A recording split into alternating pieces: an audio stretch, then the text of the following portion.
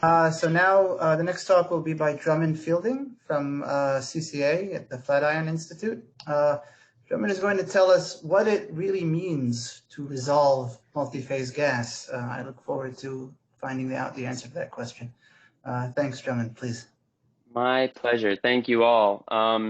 And thanks first and foremost to Christoph. That was a fantastic talk, very interesting. And I'm going to actually build quite heavily upon the latter half of that talk, the cold clouds being crushed by the hot wind with radiative cooling. I thought quite a bit actually about what I wanted to talk about today, because it's a 20-minute talk. I couldn't decide what to get into. And so I decided to use this question of what it means to resolve the multiphase gas as sort of a foil or a tool or a vehicle to really get at some of the underlying crucial physics relevant to multiphase gas that so many of us have been thinking about. And this is work done with a great list of collaborators who I'm deeply indebted to. So to give a tiny bit of context before I jump in, the first region where I really started thinking about multiphase gas was multiphase winds being launched out of multiphase ISM. And this got me sort of obsessed with this problem. These are some simulations I ran a few years ago, but they were sort of too complicated. And I realized that when I was looking either in galactic winds sort of emanating from galaxies, or how they interact out with the CGM, where there's also multiphase gas via stripping and thermal instabilities, that all of these systems were too complicated. And I found that I needed to sort of zoom in even more. And as I was doing this, I was hoping to sort of reach the end of this rabbit hole and say that I've fully resolved multiphase gas. And I realized I needed to define what I meant by resolving the multiphase gas. And to my mind, there are two fundamental things that we will want to resolve. First and foremost, it's the transfer of mass, energy, and momentum between the hot and the cold phase. This is what Christoph called the game changer. When you include cooling, right, you get a mass, energy, and momentum transfer. This is something that was introduced to me by Max and Peng's seminal paper a few years ago that really changed my thinking on this. So that's the first question we're going to want to ask if we're resolving that. And then there's an additional question, which is the actual interface between the hot and the cold phase. And this can be very important to resolve the proper structure here when you're thinking about comparing to observations, since this is what many of the observational probes are most sensitive to when we're talking about either emission or absorption. So I'm going to tell you about a numerical experiment we published earlier this year, and we're coming out with a follow-up paper shortly that goes into this in much more detail. And I'll start by giving you sort of the background basic picture of the numerical experiment. So you can imagine this as the skin on one of these cold clouds we were just talking about in Christoph's talk, whether it's in the ISM, in a galactic wind, in the CGM, or even I've been finding great parallels to heliophysics and terrestrial clouds. So this physics is actually incredibly broad and can be applied to a wide range of systems. I'll be mostly thinking about galactic winds in the CGM. So we have hot gas on top and cold gas on the bottom. So this introduces our first dimensionless number, the density contrast, the ratio of the cold to hot density. In this numerical experiment, these two phases are moving relative to each other, which introduces our second dimensionless number, which I've chosen to parameterize as the relative velocity divided by the hot phase sound speed. Now, if I were to stop there, this would be standard three-dimensional Kelvin-Helmholtz. And this has been studied a lot. In particular, our host, Nir Mendelker, has published a great series of papers on the intricacies and details of 3D Kelvin-Helmholtz turbulence. However, I want to include cooling, and this means we need to include a third dimensionless number which parameterizes the importance of cooling. I'll call this number Xi, which is the ratio of the shear time to the cooling time. So by shear time, that's pretty easy. This is just your characteristic length scale of your problem. It's the cloud radius, the filament diameter, whatever you want. That's your characteristic length scale divided by the relative velocity. So that's the shear time. And the cooling time in particular, the cooling time that I think is the most relevant is the shortest cooling time in the problem. Here, what I'm showing is the cooling time as a function of temperature, where the blue curve shows a real cooling curve for a pressure of 1,000 in solar metallicity. And you can see that at the cold phase, which corresponds to a temperature of about 4,000 Kelvin, the cooling time is long. And in a hot phase at a few million Kelvin, it's also very long. But the cooling time is incredibly short at these intermediate temperatures. And so when we talk about cooling, I'm going to be referring to the cooling time at this minimum, which is a few times larger than the coldest phase temperature. So, okay, great. This orange curve is what we use in the simulations, by the way. So with that sort of background, allow me to sketch out a rough sort of schematic for how you can think about this problem working. The shear flow leads to Kelvin-Helmholtz instability, which develops turbulence. That turbulence cascades down to the smallest scales, where finally you mix the two phases. That mixing populates this intermediate temperature, which can then radiatively cool very efficiently. Once you lose this energy due to radiative cooling, the system is going to try to balance this by pulling in fresh, high enthalpy gas from above. And so this is essential because, right, the question I asked is, what is the mass, momentum, and energy transfer? Well, this inflow is bringing with it not just enthalpy, but also mass and momentum. So this really is the fundamental thing that we want to understand. Okay, with that in mind, let's look at one of these simulations in action. To be clear, these are all 3D simulations, and I'm showing 2D slices through the middle of the domain. Here we have temperature, density, and cooling time in the top three panels, and then the three components of the velocity. On the left is the shear velocity. In the middle is the into and out of the page, the y velocity, which traces the turbulent velocity. And then the vertical velocity is shown down here, which is the inflow into the mixing layer. And so what you'll see, I hope this isn't too glitchy for you, but I'll post all these movies to see afterwards. What you'll see is Kelvin-Helmholtz gives way to turbulence. And this turbulence mixes the momentum, but it also mixes the temperature and the density. And that's crucial because it populates the intermediate temperature regime and allows there to be cooling, which you can see in this thin, bumpy, wiggly, highly corrugated sheet. And that loss of energy in this thin sheet is made up for by an advection in of hot gas from above, which you can see here in this blue color. Blue is negative, so that's an inflow into the layer. Okay, good. So that's sort of the background. This is the way these systems work. But I now want to dig in a little more. And I've said, cooling leads to an inflow. But what physically actually draws this fresh gas into the mixing layer?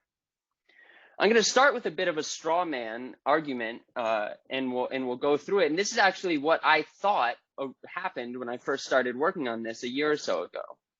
So here's a little cartoon. We got the hot gas, the cold gas, and our interface, right? Well, the intermediate temperature material, that cools rapidly, and so one might naively expect this to lead to a pressure dip. Great, this is what I thought. Well, once you get a pressure dip, you get a gradient, right? And so this should be accelerating hot material into the mixing layer. And so this seems like a very plausible and attractive solution for what we're seeing in the simulations. And I like to think of this as sort of a waterfall where we're sucking gas in, we're providing a downhill for hot gas to come flowing in. So we can look in our simulations and see if this is happening. This is my favorite way to visualize these simulations, which shows the entropy and the pressure phase distribution. So the shaded region shows where the mass is in this simulation. You can see we have our hot phase up here, our cold phase down here. And what do we see? We see exactly what I just described. Going from hot down to cold, when you pass through the intermediate temperatures or intermediate entropies, where the cooling is most rapid, you see this pressure dip. And so this is quite attractive and matches up with that hypothesis I presented. But when we increase the resolution by a factor of 4, this pressure dip shrinks. And that's a little confusing. If we go all the way up to a ridiculously high resolution, there is no pressure dip whatsoever. And so this is a little confusing because this pressure dip or this waterfall idea would lead you to believe that this simulation should have absolutely no inflow. There should be no acceleration of material into the cooling layer. And yet, when we look at the inflow velocity versus time for these simulations with low resolution ranging up to high resolution, what we see is actually the high resolution simulations have a larger inflow than the low resolution simulations. Something that I'll come back to in the end is there's actually a remarkably good agreement even across this huge range of resolutions. So what does this mean? What it says is that you do not need a pressure dip to get this acceleration. So this waterfall model is incorrect, and this is not the way we should be thinking about this acceleration. Instead, the way I like to think about it is instead that it's the turbulent mixing rate that determines the total rate of cooling and determines how much material is brought in, because it's these turbulent eddies on large scales sort of scooping up material, bringing it into the mixing layer, which then determines the inflow rate. Some of you may know that I'm sort of obsessed with Roman history, and I was recently listening to a Roman architecture podcast, and they were talking about water wheels. And I realized this is sort of the perfect analogy for this problem, because we have, we can think of the river as the hot flow going by, which drives the water wheel, which represents the large scale turbulent eddies. And what happens as these eddies go by is they scoop up some of this hot material and deposit it into the mixing layer, either to radiate away or, in this case, to irrigate crops. You'll excuse my corny analogies, but let's dig into this a little more, okay? So here's a little cartoon version of this where we have an eddy. It's multiphase turbulence, so it's bringing together both hot and cold material. And these eddies break up. We all are familiar with the turbulent cascade. So the large eddies break up into smaller eddies and smaller eddies and smaller eddies down to the dissipative scale, where these eddies finally break up and merge, and the different phases will mix. This populates the intermediate temperature regime, which can then radiate efficiently. So returning to my original question of resolving cooling or resolving these mixing layers, if you want to resolve this cooling, which of course is also thereby capturing the correct mass, momentum, and energy transfer, since it's the cooling that sets the inflow rate, well, then you need to resolve the turbulent mixing. So you got to at least get these large scale turbulent eddies if you hope to get any of this correct. Okay, so let's be a little more quantitative about this. If we look at a range of eddy sizes going up to our system size and down to our dissipative scale, well, there's some things we know about turbulence. First and foremost, we know from Kolmogorov that the structure function, the turbulent velocity on scale L, scales roughly as L, or in Kolmogorov, exactly as L to the 1/3 power. So as you get smaller, your relative turbulent velocities also get smaller. So we're going to use that. And I'd also like you to consider what happens to the contact discontinuity separating the hot and the cold phase. Well, a large eddy is going to perturb that on large scales. And a small eddy will perturb that on smaller scales. And an even smaller eddy will perturb that on even smaller scales until you end up with this very bumpy and wiggly corrugated surface, just like we saw in the simulation movies. And so it turns out that the area as a function of scale increases as you go to smaller scale with the length scale to the -1/2 power. Now, I should say, and hopefully Max will say more about this, but Brent Tan, Peng O, and Max Gronke recently put out a really interesting paper on the exact same topic. And they didn't necessarily like the interpretation of the area scaling this way, although we were very careful and pretty confident about how we measured this. So there may be some details left to be figured out, but I think Brent and co would agree with me when I say that the fundamental process here is turbulent mixing, and how that works out to set the amount of cooling is the key thing to understand. So let me use these two bits, put it all together to make an estimate for the inflow velocity. Here's one final cartoon 5 minutes. Where we have, sorry. perfect, thank you. Where we have hot gas on top, cold gas on the bottom, and we have this bumpy, wiggly cooling interface. Well, the total cooling is then just given by the width of this layer, which I'm going to call W, times the area of this layer. That's the total volume where the cooling happens. And the total cooling will be roughly, I'm dropping order unity coefficients here, the cooling rate per volume times the volume. Great, so that's the total cooling. And as I've said all along, we're going to balance that with the enthalpy flux from above. So the enthalpy flux will give us, the pressure roughly. Again, there should be a 5/2 here, times the inflow velocity times the area. And so when we balance these two, you can see we get a relationship for the inflow velocity, which is this key thing that tells us how much mass, energy, and momentum are brought into the layer. All we need to do is estimate W and AW, because we already know these quantities. W, we can think of W as the approximate scale where hot gas is mixed in at the same rate that it cools. So if we consider time scales as a function of length scale, well, the cooling time is easy. That's independent of scale. And that's just given to us by our system, whatever system we're considering. However, the eddy turnover time or the mixing time does not, or does depend on scale. And this is where we'll use that Kolmogorov structure function to estimate that the turnover time or the mixing time increases as L to the 2/3. And so you can see this picks out this crucial scale W, which if you do some algebra, depends on the turbulent velocity at large scales. That's crucial, at large scales, times the cooling time divided by the length scale to the 3/2 power. Okay, there's the width. What about the area?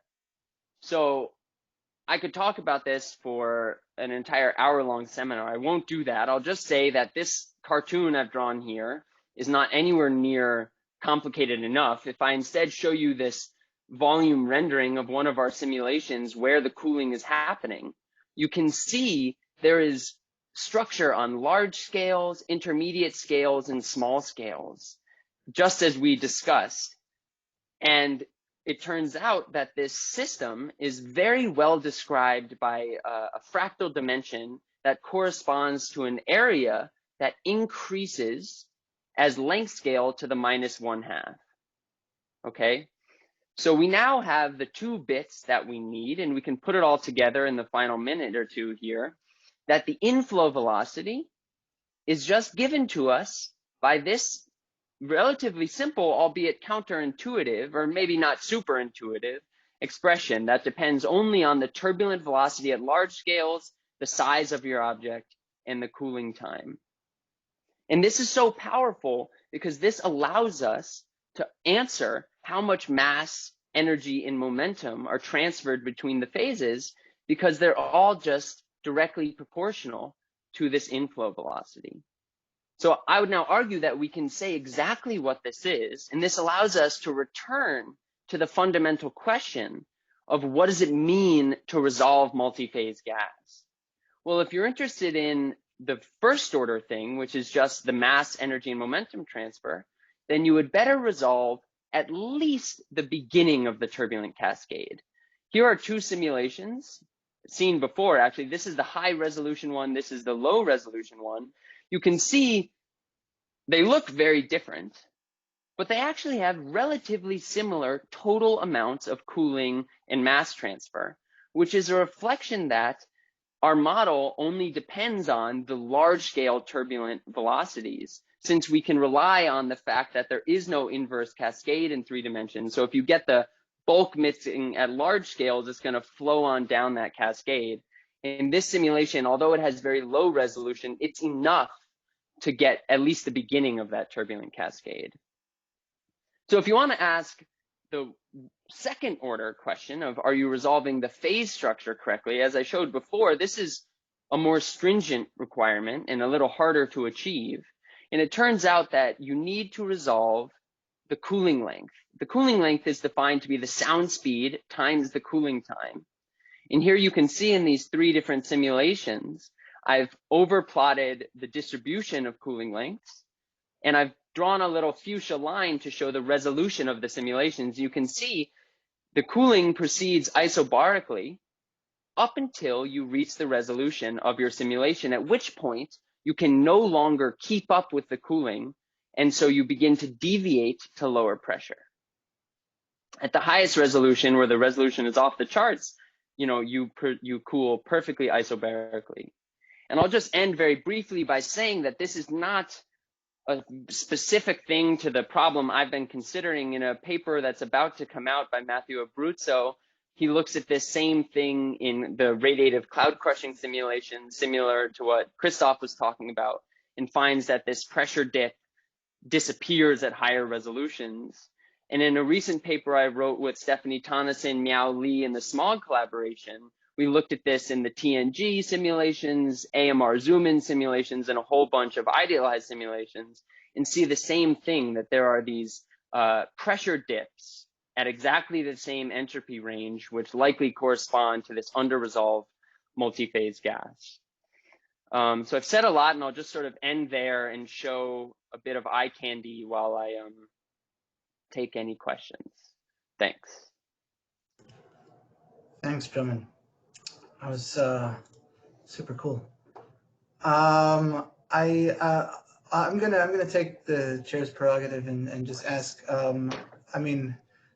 Just going off of Christoph's stuff, have you given any thought yet to how magnetic fields might alter this picture, in particular the fractal structure and how the flux through that structure of the mass and momentum? Yeah, so absolutely. I've run a large subset of these simulations with magnetic fields. As Christoph said, it limits the amount of mixing you get, and it also will sort of truncate the fractal scaling of the area at a certain point. But what I find is that as long as it doesn't entirely shut off mixing, you get qualitatively the same general behavior. So this will be in our follow-up paper coming out shortly. You can definitely, one thing that is pretty cool in these systems, if you run them for long enough, you're just advecting in more and more magnetic fields. You have more and more dynamo. And so eventually, at least in this setup, which I think may be a reflection that it's a little too idealized, but you can build up a very, very large magnetic field until your plasma beta reaches 1, at which point it's effectively insulated itself. But, more on that. Awesome, thanks. So we've got a lot of questions. Let's start with Suching. And again, I would really like to encourage any junior folks, please ask questions. This is the time. So Suching. Yeah, hi, Drummond. It's nice to see you again remotely. So it's a very nice talk. So I totally agree that we should resolve the turbulent mixing. But I do have one question, that is, as you mentioned, for dramatically different solutions, even in the ones where the turbulent mixing is not resolved, you still get a converged inflow of the entrained hot gas. And as far as I know, even for the scalings of the inflow velocity to regarding with the particle, you still get a very similar scaling behavior. So is that a coincidence that even with a very low solution, we do not fully resolve turbulence, but the scaling is similar? So yeah, so I mean, I have too much to say on this, really. So I'll give my short answer, which I think is that we are saved by the fact that in 3 dimensions, there is no inverse cascade. So I would say that although we do not resolve the full turbulent cascade in these low resolution simulations, if we go to yet lower resolution, you do not get any turbulence at all. And so you don't get any mixing. And so these simulations, I think, are in the regime where they've at least, as I showed, let's see if I can go back to this. Yeah, as I show here, this is quite a low resolution simulation, but there is still some turbulent mixing. And so you're at least getting the beginning of the turbulent cascade, which is then, you know, as I said, it's sort of a one-way street due to the fact that there's no inverse cascade in 3 dimensions. So the gas is just going to go flowing on down. And so the total amount of mixing is really set by the largest scale eddies. And this is, okay, I would say, the focus of our follow-up paper. I see. So basically, you can say that we need to resolve the large scale and doing the cascade because it conserves energy. So that's fine, right? Yeah, I think that's a good summary. Let's do now Mila, followed by Ryan. Thank you. So this is a super insightful talk, and this is a somewhat practical question. So, you know, when you have a simulation like this, where there's a clear interface, you know, here's the hot phase on the one side and cold phase on the other, it's easy to visually say when you've started resolving the turbulent cascade. What does this look like when you have an actual simulation of a galaxy or a galaxy cluster? Is there sort of an analytical prescription for what that looks like? Because visually, you will always see a lot of things kind of swirling around by virtue of, you know, outflows from stars and things like that. So at what point in a simulation of a galaxy or a galaxy cluster can you determine that you have started resolving the turbulent cascade? Yeah, that is a fantastic question. I don't think I personally know the answer, although maybe some of the esteemed audience members here do know. I will say two bits of evidence I have is from this work by Matthew Abruzzo that I mentioned before, right? This is not a full galaxy simulation, but it's in the step towards more realistic. This is one of his high resolution simulations, but he's also got a full range down to very low resolution simulations. And so I think a situation like this might allow us to sort of discern what it looks like when you don't resolve the cold clouds at all and don't resolve any mixing. Yeah, I don't know necessarily any more than that, other than the fact that, you know, in these global simulations, these cold clouds are like a few cells or a few particles. Even in Dylan Nelson's recent detailed analysis of the TNG 50 cold clouds, he finds the flows around them are marginally resolved at best. So I think in whatever you're going to do, you're probably going to need more resolution. But I don't have a concrete example or answer yet. But it's a great question. Thanks. All right, Ryan. Hi, Drummond. Very interesting talk. One thing I was wondering about is if you could expand on your preference for T cool min, which sounds like the exact opposite of what Christoph was favoring of T hot. Excellent question. I was wondering when I was going to get that. So last time it was Nir who asked me that. Yeah. But I'll say I've thought more about it now. And in particular, yesterday I was talking with Matthew Abruzzo and Greg Bryan about this exact thing. And so I did a little experiment to try to convince myself. And this is actually akin to what I think Max Gronke argued in his original letter a few years ago, where they shut off cooling at high temperature. I shut off cooling right above the minimum cooling time. I said, what if there's just no cooling up here? And to my mind, that means that the cooling time of the hot wind material is infinite. And so it can't satisfy any criterion. And yet what I find is that I get qualitatively, it's not quantitative, there's some difference on the order of, a factor of 2 or so, but I find that there is qualitatively the same amount, within a factor of 2, total cooling and mixing and inflow. So if that to me is a good bit of evidence that it's really the cooling down here driving the evolution. And I suppose also that argues towards turbulent mixing, controlling the hot gas. Is that right? Because it's still somehow it's down to that temperature. Yeah, exactly. So you've got to take, a hot parcel and a cold parcel and mix it together. And what you need is more mixing in order to get down to this even lower temperature when you shut off all the cooling up here.